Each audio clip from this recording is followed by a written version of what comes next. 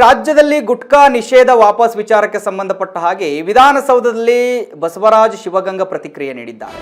ಸರ್ಕಾರದ ಆದೇಶದಿಂದ ರೈತರು ಗೊಂದಲದಲ್ಲಿದ್ದಾರೆ ಹಾಗಂತ ಹೇಳ್ತಾ ಇದ್ದಾರೆ ಬಸವರಾಜ ಶಿವಗಂಗಾ ಅವರು.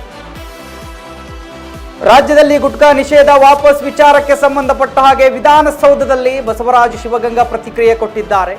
ಸರ್ಕಾರದ ಆದೇಶದಿಂದ ರೈತರು ಗೊಂದಲದಲ್ಲಿದ್ದಾರೆ. ಅಡಿಕೆ ಬೆಳೆಗಾರರು ಸಿಎಂ ಡಿಕೆಶಿ ಅವರನ್ನ ಭೇಟಿ ಮಾಡಿದ್ದಾರೆ. ಯಾವುದೇ ಕಾರಣಕ್ಕೂ ಅಡಿಕೆ ನಿಷೇಧ ಮಾಡ್ತಿಲ್ಲ, ಅಡಿಕೆಯಲ್ಲಿ ತಂಬಾಕು ಮಿಶ್ರಣ ಆಗಿದೆ ಎಂಬ ಮಾಹಿತಿ ಇದೆ. ಕೇಂದ್ರ ಆಹಾರ FSSAI ಆದೇಶದಂತೆ ಗುಟ್ಕಾ ಬ್ಯಾನ್ ಆಗ್ತಾ ಇದೆ. ಯಾವುದೇ ಕಾರಣಕ್ಕೂ ಅಡಿಕೆ ಬ್ಯಾನ್ ಮಾಡಲ್ಲ. ವಿಧಾನಸೌಧದಲ್ಲಿ ಬಸವರಾಜ ಶಿವಗಂಗಾ ಹೇಳಿಕೆಯನ್ನು ಕೊಟ್ಟಿದ್ದಾರೆ. ಎಸ್ ವೀಕ್ಷಕರನ್ನ ಹೇಳ್ತಾ ಇದ್ನಲ್ಲ, ಭಾರಿ ಚರ್ಚೆ ಆಗ್ತಾ ಇತ್ತು. ರೈತರು ಲಿಟ್ರಲಿ ಗೊಂದಲದಲ್ಲಿದ್ದಾರೆ. ಇದರಿಂದ ಆತಂಕಕ್ಕೀಡಾಗಿದ್ದಾರೆ ಅಡಿಕೆ ಬೆಳೆಗಾರರು. ಹೆಂಗ್ರಿ ಆಗಲ್ಲ, ಯಾವುದೇ ಒಂದು ಬೆಳೆ ಒಬ್ಬ ರೈತ ಬೆಳಿತಾನೆ ಅಂತ ಹೇಳಿದಾಗ ಅದರಿಂದ ರೆಡಿಯಾಗುವ ಏನು ಪದಾರ್ಥಗಳಿದಾವೆ ಅದನ್ನ ಬ್ಯಾನ್ ಮಾಡ್ತಾ ಇದ್ದಾರೆ ಅಂತ ಹೇಳಿದಾಗ ಏನು ನಾವು ರೈತರು ಬೆಳೆದು ಕೊಡ್ತೀವೋ ಅದಕ್ಕೆ ಬೇಡಿಕೆನೇ ಇರೋದಿಲ್ಲ.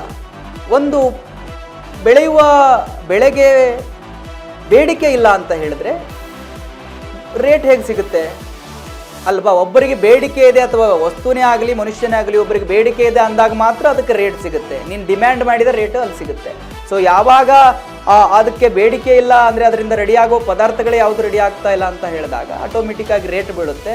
ಸೊ ಅದಕ್ಕೆ ಅಡಿಕೆ ಬೆಳೆಗಾರರು ನಿಜವಾಗ್ಲೂ ಗೊಂದಲದಲ್ಲಿದ್ದರು. ಅದಕ್ಕೆ ಸಂಬಂಧಪಟ್ಟ ಹಾಗೆ ಶಿವಗಂಗಾ ಬಸವರಾಜ್ ಅವರು ಮಾತನಾಡಿದ್ದಾರೆ. ಆದೇಶದಂತೆ ಗುಟ್ಕಾವನ್ನು ಬ್ಯಾನ್ ಮಾಡಿದ್ದಾರೆ. ಆ ಗುಟ್ಕಾ ಈಗಾಗಲೇ ಬ್ಯಾನ್ ಆಗಿ ಸುಮಾರು ವರ್ಷಗಳಾಗಿದೆ. ಆದ ಕಾರಣ ಎಲ್ಲೂ ಸಹ ಅಡಿಕೆಯನ್ನು ನಾವು ಬ್ಯಾನ್ ಮಾಡೋ ಒಂದು ವ್ಯವಸ್ಥೆ ಇಲ್ಲ. ಅಡಿಕೆ ಜೊತೆಗೆ ಎಲ್ಲಾದರೂ ನಿಕೋಟಿನ್ ಹಾಗೂ ತಂಬಾಕು ಅಂದರೆ ಒಂದೇ ಪಾಕೆಟ್ನಲ್ಲಿ ಮಿಶ್ರಣ ಆಗಿ ಬಂದರೆ ಅಡಿಕೆ ಒಳಗೆ ಅಂಥ ಒಂದು ವಸ್ತುಗಳನ್ನ ಪದಾರ್ಥನ ಮಾತ್ರ ನಾವು ಬ್ಯಾನ್ ಮಾಡ್ತೀವಿ. ಯಾವುದೇ ಕಾರಣಕ್ಕೂ ನಾವು ಅಡಿಕೆ ಬ್ಯಾನ್ ಮಾಡೋದಿಲ್ಲ. ಅಡಿಕೆ ಬ್ಯಾನ್ ಮಾಡೋ ಅಧಿಕಾರನೂ ನನಗಿಲ್ಲ ಅಂತೇಳಿ ಈಗ ತಾನೇ ಕಮಿಷನರ್ ಅವರು ಸಂಬಂಧಪಟ್ಟ ಕಮಿಷನರ್ ಅವರು ತಿಳಿಸಿದ್ದಾರೆ. ಆದ ಕಾರಣ ಯಾವುದೇ ರೀತಿಯ ಗೊಂದಲಕ್ಕೆ ನಮ್ಮ ಅಡಿಕೆ ಬೆಳೆಗಾರ ರೈತರು ಯಾವುದೇ ಕಾರಣ ಗೊಂದಲಕ್ಕೀಡಾಗಬೇಡಿ. ಈ ಒಂದು ಅಡಿಕೆ ನಿಷೇಧನ ಒಂದು ವ್ಯವಸ್ಥೆಯಲ್ಲಿ ವ್ಯಾಪಾರಸ್ಥರು ಕಡಿಮೆ ಬೆಲೆಗೆ ಅಡಿಕೆ ಕೇಳೋಂಥ ಒಂದು ವ್ಯವಸ್ಥೆ ಬರುವುದು. ಸ್ವಲ್ಪ ಸಮಾಧಾನಕ್ಕೆ ತಮ್ಮ ಅಡಿಕೆ ತಮ್ಮಲ್ಲಿ ಇಟ್ಕೊಳ್ಳಿ. ಯಾವುದೇ ಕಾರಣಕ್ಕೂ ಅಡಿಕೆಯ ರೇಟ್ನಲ್ಲಿ ವ್ಯತ್ಯಾಸ ಆಗೋದಿಲ್ಲ. ಅಂತ ಎಂಥ ಸಂದರ್ಭ ಬಂದರೂ ನಾನು ನಿಮ್ಮ ಜೊತೆ ಇರ್ತೀನಿ. ಬರೀ ಚನ್ನಗಿರಿ ವಿಧಾನಸಭಾ ಕ್ಷೇತ್ರದ ರೈತರಲ್ಲ, ಅಡಿಕೆ ಬೆಳೆಗಾರ ರೈತರ ಪರವಾಗಿ ರಾಜ್ಯ